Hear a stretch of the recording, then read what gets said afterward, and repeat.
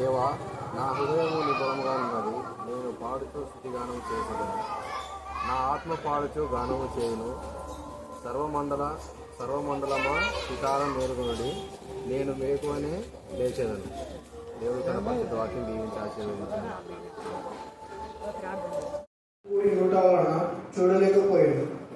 అప్పుడు యేసు ఆ త్రోవను రానివ్వడం కనుక అతడు ముందుగా పరిగెత్తి ఆయన చూచుటకు ఒక మేడి చెట్టు ఎక్కాను. యేసు ఆ చోటుకు వచ్చినప్పుడు కనులెత్తి చూచి, జక్కయ్య, త్వరగా దిగుము, నేను నీ ఇంట ఉండవలసి ఉన్నదని అతనితో చెప్పగా దేవుడి పరిశుద్ధ వాక్యాన్ని గురించి ఆస్వాదించుకున్నాను గాక. ఆమె చదవబడిన లేఖన భాగం చుట్టూ విరిచి మా అందరి చుట్టాలు మీరు పరిపరిచేది వాక్యమును వాక్యంతో మారుస్తున్నందుకు మేము స్తుతిస్తూ మమ్మను ఆత్మను మీ చుట్టగే సమర్పిస్తున్న జయిస్తున్నా ప్రార్థిస్తున్నాం తండ్రి. ఆమేన్. ఆమేన్. అబ్రహాము కుమారుడు ఎవరు చెప్పండి? మళ్ళీ చెప్పాలి. ఎవరు అబ్రహాము కుమారుడు? అబ్రహాము యొక్క కుమారుడు వాళ్ళ క్యారెక్టర్ ఎలాగ ఉంటుంది అనేది లూకా 19వ అధ్యాయంలో మనకు తేలికగా తెలియజేస్తున్నారు. ఎందుకంటే స్వయాన తండ్రి అయిన దేవుని యొక్క కుమారుడైన యేసుక్రీస్తు ప్రభుల వారే ఈ జక్కయ్య గురించి సాక్ష్యం ఇస్తున్నాడు. అబ్రహాము ఇద్దరు అబ్రహాము కుమారుడు అని. ఇంకొక ఆమె గురించి కూడా నడుము వంగిపోయిన ఆ స్త్రీ గురించి కూడా యేసయ్య ఏమని అంటే ఈమె కూడా అబ్రహాము కుమార్తె. మరి అబ్రహాము కుమార్తె లాగా మనం ఉన్నామా? అబ్రహాము అని ఎందుకు మెన్షన్ చేస్తున్నాడు? దేవుని కుమారుడు లేదా దేవుని కుమార్తె అని చెప్పొచ్చు. కానీ మధ్యవర్తిగా తండ్రి అయిన దేవుడు యేసు ప్రభుల వారు చనిపోయి తిరిగి లేచిన తర్వాత యేసు ప్రభుల వారికి ముంగుర్తుగా ముందే అబ్రహాం ఉంచాడు. అందుకే నీవు అనేక జనములకు తండ్రిగా ఉంటావు, అనేక జనములకు నువ్వు తల్లిగా ఉంటావు, రాజులు నీ గర్భవాసం నుంచి వస్తారు అని వాళ్ళకిద్దరికి ఒక ప్రవచనం. ఎందుకు వాళ్ళకే ప్రవచనం ఇచ్చాడు? ప్రపంచంలో ఎంతో మంది ఉండగా ఈవెన్ నోవహు కూడా విధేయత కలిగిన కుటుంబమే. బట్ నోవహుకు ఈ మాట చెప్పలేదు. నోవహు యాంగిల్లో నోవహు కుటుంబాన్ని దీవించాడు. ఆ కుటుంబం నోవహు కుటుంబం నుంచి వచ్చిన వాళ్ళ అబ్రహాం సంతతి కూడా. ఎందుకంటే ప్రపంచం అంతలో అప్పుడు ఇవ్వలేదు, కేవలం నోవహు కుటుంబం మాత్రమే. ముందు తరాలు తర్వాత అందరూ కూడా తుడిచిపెట్టబడ్డారు. జల ప్రవాహంలో నరులందరూ కూడా ఏకంగా చనిపోయినారు. కేవలం 8 మంది మాత్రమే. అంటే జగత్తు పునాది వేయబడక ముందే దేవుడి ప్రణాళికలో ఆ తరము వారిని దేవుడు నాశనం చేశాడు. కారణం ఏంటంటే ఇందాక పవన్ ప్రార్థనలంతా ఒకటే, అది ఏంటంటే తగ్గింపు ఉన్నది. మనల్ని వాదిస్తారు అంటే వాళ్ళదే కరెక్ట్ అని చెప్పడానికి వాదనలు. అలాంటప్పుడు అట్లా కూడా చేసేటప్పుడు నేనేమంటాను, ఇలా చాలులే అనేసి నేనే గమనైపోతాను. ఎందుకంటే వాదనలు పెట్టుకోకూడదు.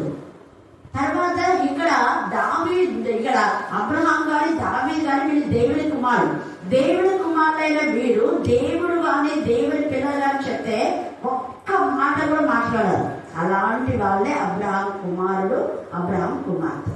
ఇలాంటి మనం ఎలాగే నిజంగా దేవుడి యొక్క మాటకు దేవుడి పిల్లల మాట అది రైట్ వేలో చెప్తే, రాంగ్ వేలో కాదు. రాంగ్ వేలో చెప్తే అస్సలు ఎప్పుడు వినొద్దు. కానీ సరైన విధానంలో వాక్యానుసారంగా ఏదైనా చెప్పినప్పుడు మనం విధేయత చూపాలి. వాక్యానుసారంగా యథార్థంగా. ఒకసారి ఏదైనా యేసు ప్రభుల వారు వాళ్ళ తల్లిని ఏమన్నా అంటే, అమ్మా నాతో నీకేమన్నాడు? ఎందుకన్నాడు చెప్పండి అంటే తల్లికి అవిధేయత చూపించినాడా? కాదు. ఆయన పనులు ఆయన ఉన్నాడు.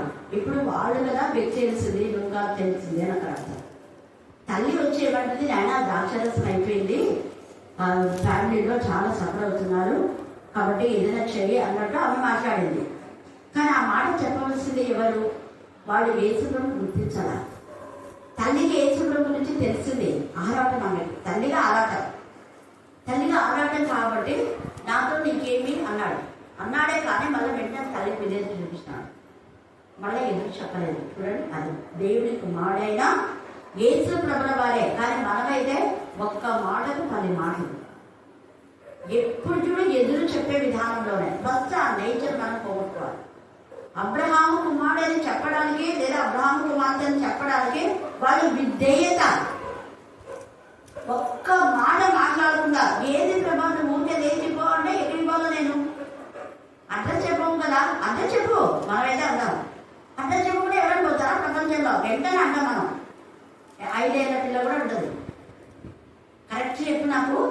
అని అంటుంటాడు. కానీ ఇక్కడ కరెక్ట్ ఇవ్వమని చెప్పాలా? చెప్పింది ఎవరు? దేవుడు. దేవుడు కానీ దేవుని పిల్లలు కానీ చెప్తే అది కరెక్ట్గా ఉంటుంది. దేవుని పిల్లలు అని గుర్తించినప్పుడు మనం రైట్ వేలో మళ్ళీ చెప్పొచ్చు. ఇప్పుడు పవన్ చెప్పిన విధంగా తప్పుడు బోధనలు చేసేవాళ్ళు అదే మనం చెప్పాను కదా, అక్కడ వాళ్ళు ఇంటి దగ్గర అంతమంది ఉన్నారు. ఎవరైనా గద్దించారు, సపోర్ట్ చేస్తారు, ఇంకా లేకపోతే మౌనంగా. రెండు తప్పే. మౌనంగా ఉండడం తప్పే, గద్దించకపోవడం తప్పే, సపోర్ట్ చేయడం తప్పే.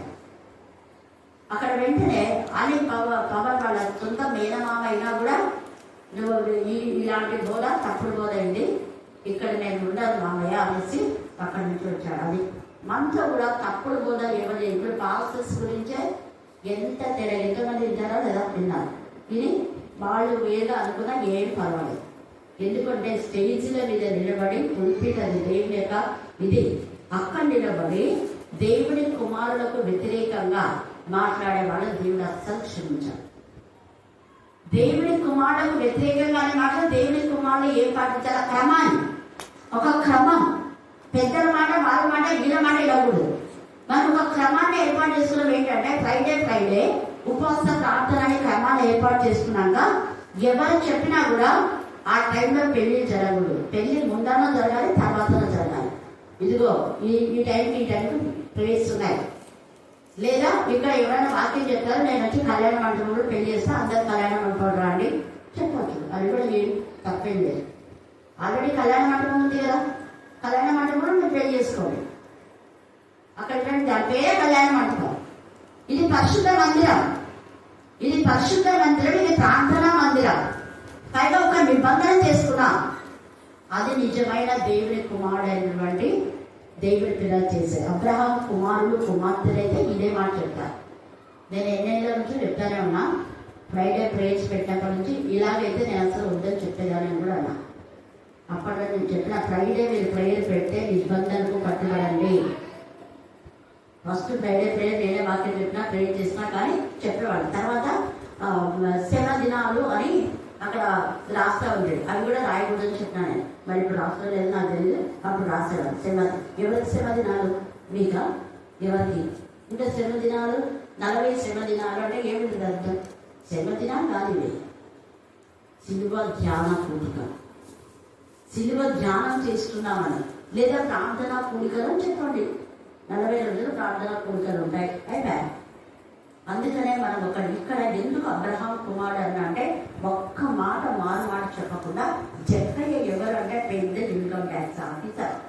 ఒక ఇన్కమ్ ట్యాక్స్ ఆఫీసరు వడ్రంగి ఆయన కుమారుడు తెలుసు ఏసయ్య.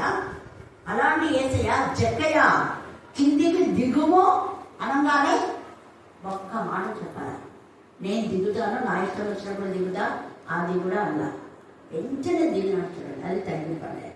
చూడండి ఇక్కడ అతడు త్వరగా, ఇక్కడ ఎందుకు త్వరగా అనే మాట మాట్లాడుతున్నామంటే ఏసై కూడా అదే చెప్పాడు. ఏసై ఏం చెప్పినాడు అది చేస్తాడు. ఆలస్యం చేయలే. మనమైతే గురుకుంటా చదువుకుంటా ఆలస్యం చేసుకుంటే ఏమంటే దానికి వెంటనే ఇది తప్పు అంటే దాన్ని వెంటనే తప్పును కవర్ చేసుకునే మాట్లాడుతున్నాడు.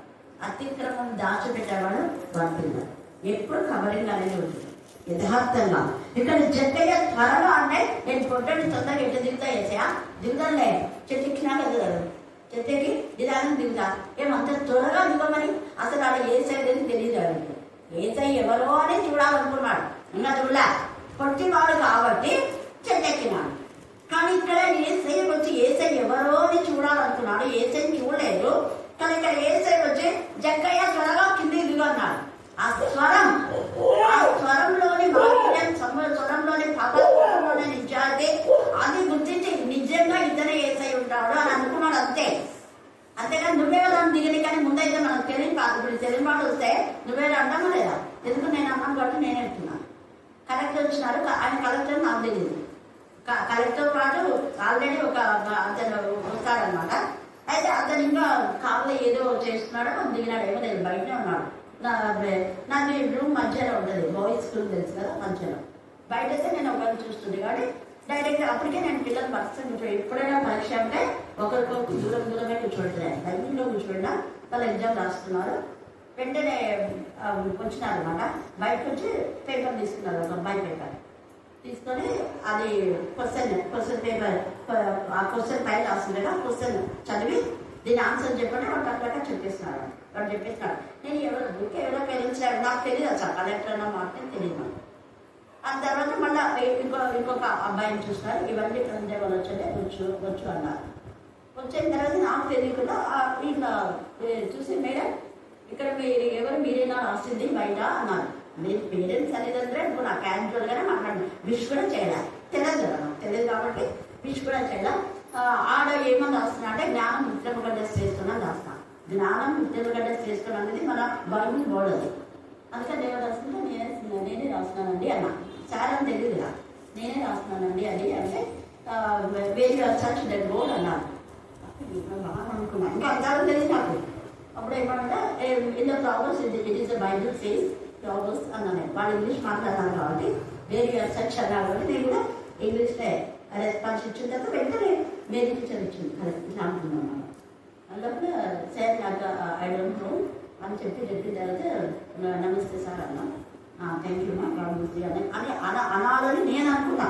నేను ఎవరైనా చెప్తే వెంటనే గాడ్ బ్లెస్ యూ అనేది నోట్ కాడికి వచ్చింది కానీ ఊరికి అయిపోయినా. తర్వాత పిల్లలందరూ కాపీ కొడతారా మీరు అంటే మా మేడం బాగా చంపలు బాగుతుంది కాపీ కొడతారా, బాగా కూడా తెలియదు కలెక్టర్ బాగా తెలియదు, కాపీ కొడుతున్నారా అన్నాడు. అప్పుడు కొంచెం ధైర్యంగా అడుగుతున్నారు కదా, కాపీ కొడుతున్నారా, మా మేడం కాపీ కొడితే చంపలు వాయిస్తుంది అన్నారు. తర్వాత ఇంకా కలెక్టర్ తెలిసింది, స్మైల్ చేసి బుక్స్ అన్ని కాపీ నోట్స్ అంతా ఉన్నాయి అవి కూడా చూసినాడు. చూసి కాపీ రైటింగ్ ఎలా రాయిస్తారు మీరు అంటే పైన చూసి రాయడం చెప్తాను సార్ నేను ప్రతి వర్డ్ పైన ఇది రాసి మళ్ళీ దీని కింద ఇట్లా రాస్తే మీకు తప్పు అవుతుంది కాబట్టి నేను రాసినది మాత్రం మీరు చూడండి, ప్రతిసారి నేను రాసింది చూసి అనే ఒక వెనుకలు అనుకుని ఉంటున్నాను. ఇంకొక టీచర్ ఎవరిని అక్కడ అడిగి ఆయన కాలేసుకొని వెళ్ళిపోయినాడు. అట్లా తెలియనప్పుడు మనం అంటాం, కానీ తెలిస్తే మనం అనం కదా. ఇక్కడ చెప్పేకి అసలు ఎస్ఐనే చూడకుండా త్వరగా దిగండి, నువ్వెవరు నన్ను దిగేది నేను ఎస్ఐ చూడాలనుకున్నా అనాలి.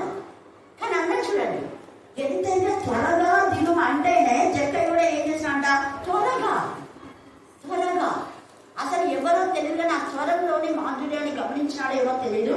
ఎంతకైనా మనుషులు అనుకున్నాడో లేదా ఒక పెద్ద ఆయన చెప్తున్నాడు అనుకున్నా, ఎందుకు మరి త్వరగా అనలేవు కదా.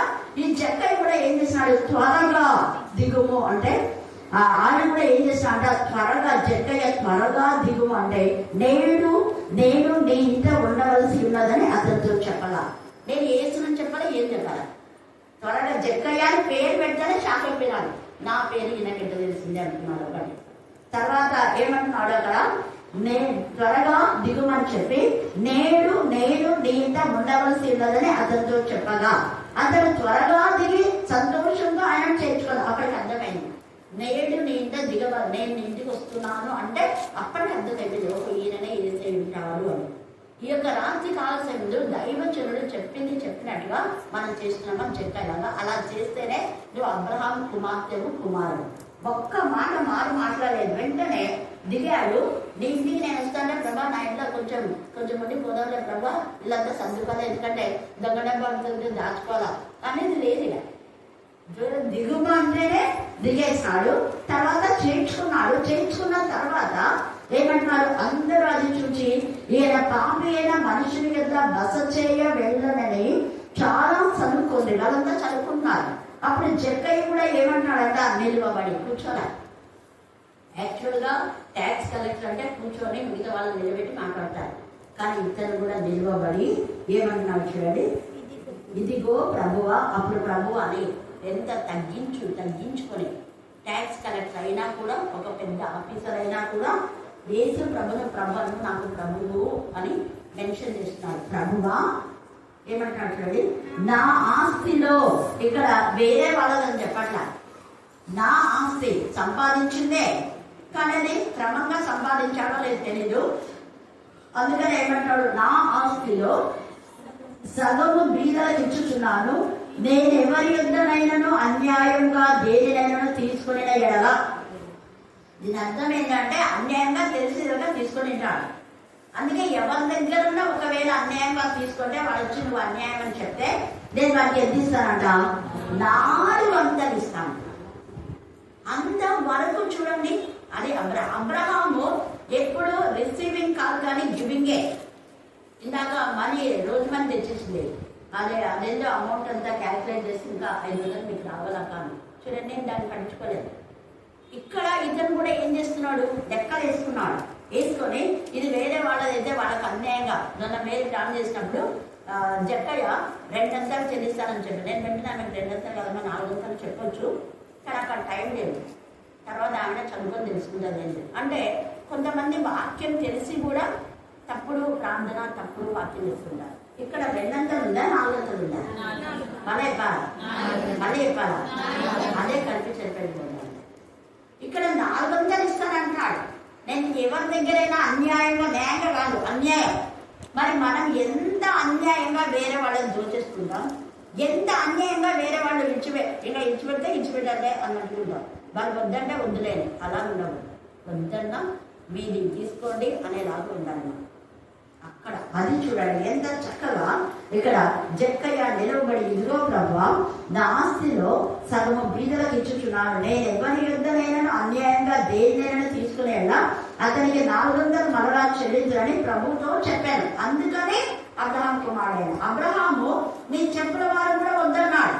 ఇతరుడు దానిని ఎంతసేపు ఇతరులది ఎప్పుడెప్పుడు తీసుకోవాలా అనేది చాలా తప్పు. ఇతరులది ఏదైనా అది మన దగ్గర ఉంచుకోకూడదు. మనం ఒక మాట కట్టుబడితే మాటకు కట్టుబడి జీవించాలి. మాటకు ఎప్పుడైతే కట్టుబడదో అది అన్యాయం అంటే.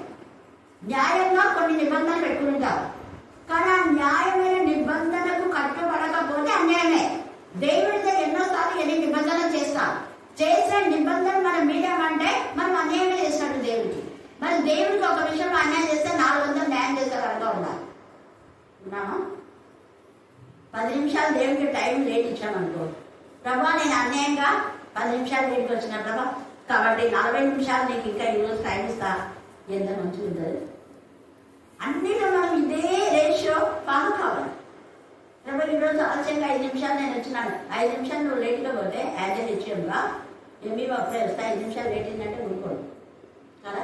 వెంటనే 5 నిమిషాలు పోయిన వెంటనే ఎవరెవరు రాలేదు, ట్రైన్కి రాలేదని ఆప్షన్ చేస్తారు. సీఎల్ కూడా పెట్టారు, ఆప్షన్ చేస్తారు. ఆప్షన్ అంటే శాలరీ కట్. హెచ్ఎం కంటే ముందు ఎంబీఓ పోయినా డిఏ పోయినా ఎవరు పోయినా అన్నారు. అందుకని నేను హెచ్ఎం కూడా నేను మా టీచర్స్ చాలా స్ట్రిక్ట్గా చెప్పాను. చూడమ్మా నేనైతే వాళ్ళతో ఎవరైనా ఎంబీఓ వస్తే వీళ్ళు ఈ టైంకి వచ్చినారని ఖచ్చితంగా చెప్తాను, చూడండి మీ ఇష్టం, టైం అయింది మీరు ఎక్కడ అని చెప్తాను. ఎంత స్ట్రిక్ట్ అబ్బా మేడం అంటారు, మీరు ఏం తిట్టుకున్నా నాకేం పర్వాలేదు, నేను వస్తున్నాను కదా 8 గంటలకు నేను వస్తున్నాను, మీరు కనీసం 9కి రండి. నేను 8కి వస్తున్నా, మీరు 9కి రండి, రైట్ టైం కల్లా రండి. 9 కూడా ఉంది, 9:15 కూడా రండి, క్షమిస్తా 15 నిమిషాలు బస్సు ట్రైన్లో ఉంది.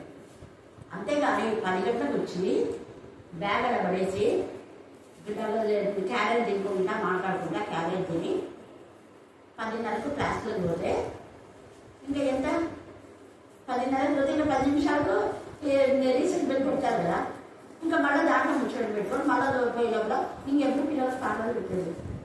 సో ఎవరైనా మీరు తండ్రులైనా ఎవరైనా అధికారి అంటే అధికారి ఉంది కదా అని మన ఇష్టాంతంగా చేయడం కాదు, కానీ అధికారానికి న్యాయం చేయించు. హల్లెలూయా హల్లెలూయా హల్లెలూయా. ఇక్కడ జబినా టీచర్ అక్షరాన్ని తెలిసిందే మనకి, తర్వాత వచ్చింది ఆమె కరెక్ట్ టైంకి. కాబట్టి ఇక్కడ జక్కయ్య ఏమంటున్నామంటే అబ్రహాం కుమారుడు ఎలాగో విన్నాడు అంటే అన్యాయంగా న్యాయంగా మనం పనిచేస్తే న్యాయంగా దేవుడు కూడా మనకు ఆశీర్వదిస్తాడు. ఎవరినైనా ఉపాధ్యాయులు కానీ ఉద్యోగస్తులు కానీ చూసుకోండి, వాళ్ళు న్యాయంగా నిజంగా వాళ్ళు పని చేస్తే వాళ్ళకి ఎప్పుడు తక్కువ కాదు, ఖచ్చితంగా సమృద్ధిలోనే ఉంటారు. అన్యాయంగా మనం ఊరికే పోతున్నామని డ్యూటీ చేస్తున్నాం అనుకుంటే వాళ్ళకి ఎంత వచ్చినా కూడా చిరిగిపోయిన సంచిలో వేసినట్టే ఉండదు. హల్లెలూయా హల్లెలూయా.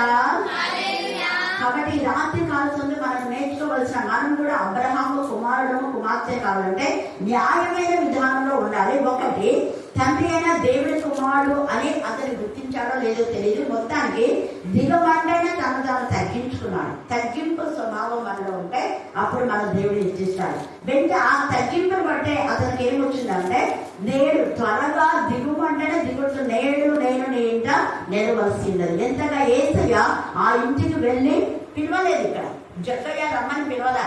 కానీ జక్కయ్య ఉన్న ఆసక్తి కేవలం యేసయ్యనే చూడాలని అంత ఆసక్తి కలిగిన ఆ వ్యక్తి ఇంటికి నేను వెళ్ళాలని యేసయ్యనే స్వయాన వెళ్ళాడు. అలాగని దావీదు కుమారుడా మమ్మల్ని కరుణించు అన్నప్పుడు యేసయ్యనే స్వయాన అతని దగ్గరికి నిజంగా అతని కంటిని సరి చేసినట్టుగా మనం లేఖన భాగంలో చూస్తున్నాం. అలాగనే వంగిపోయిన నడుమునటువంటి స్త్రీ, ఆమె చెప్పలా నాకు బాగలేదు యేసయ్య నన్ను బాగు చేయని చెప్పలా. కానీ ఆమె యొక్క విధేయత 18 సంవత్సరాలు ఆ పరిస్థితిలో ఉన్నా కూడా ఆమె దేవుని సన్నిధికి విధేయతగా వస్తుంది, నమ్మకంగా వస్తుంది. ఆమె నమ్మకంతో ఆమె విశ్వాసాన్ని ఆమె విధేయతను ఆ బలహీన స్థితిలో కూడా ఆమె దేవుని సన్నిధికి రావడం చూడాలి. చాలా మంది నడుమొంగిపోయింటే సిగ్గయ్య లోపల ఉంటారు. కానీ ఆమె 18 సంవత్సరాలు దేవుడు, అందుకే 18 సంవత్సరాల నుంచి ఆమె అపవాది చేత బంధింపబడుతుంది. ఈమె అబ్రహాము కుమార్తె అన్నాడు. యేసయ్య అన్నాడు, ఎవరెవరో చెప్పాలి, యేసయ్యనే స్వయాన ఈమె అబ్రహాము కుమార్తె, ఇతను అబ్రహాము కుమారుడు. నిరాతి కాల సమయంలో మన విధేయతను బట్టి దేవుని ద్వారా యేసయ్య ద్వారా మనం మెప్పుకోవాలి. మన అతిశయము ప్రభునందే మనం అది వేరే విధానంలో కాదు, వేరే అది ఇది అనేది కాదు, కానీ ప్రభు నందే మనం అతిశయించాలి. దేవుని యొక్క వాక్యంలోనే మనం అతిశయించే వారంగా ఉండాలి. దేవుడు ఈ విధానంలో అనేక మంది అబ్రహాం కుమారులుగా కుమార్తెలుగా ఎంచబడ్డారు. కాబట్టి మనకు కలిగిన దానిలో ఇతరులకు షేర్ చేసుకోవడమే అబ్రహాం కుమారుల కుమార్తెల యొక్క లక్ష్యం. అంతేగాని ఎవరైతే ఇస్తే దోచుకొని తిందాంలే అనేది కాదు. దోచుకోవడం చాలా చాలా తప్పదు. ఒకరిని మనకు వద్దు అనే విధానంలోనే మనం ఉండాలి. దేవుడి లేఖన భాగం దేవుని ఆశీర్వదించు బాబా. ఆమేన్ ఆమేన్ ఆమేన్. ఈ సమయంలో ప్రార్థన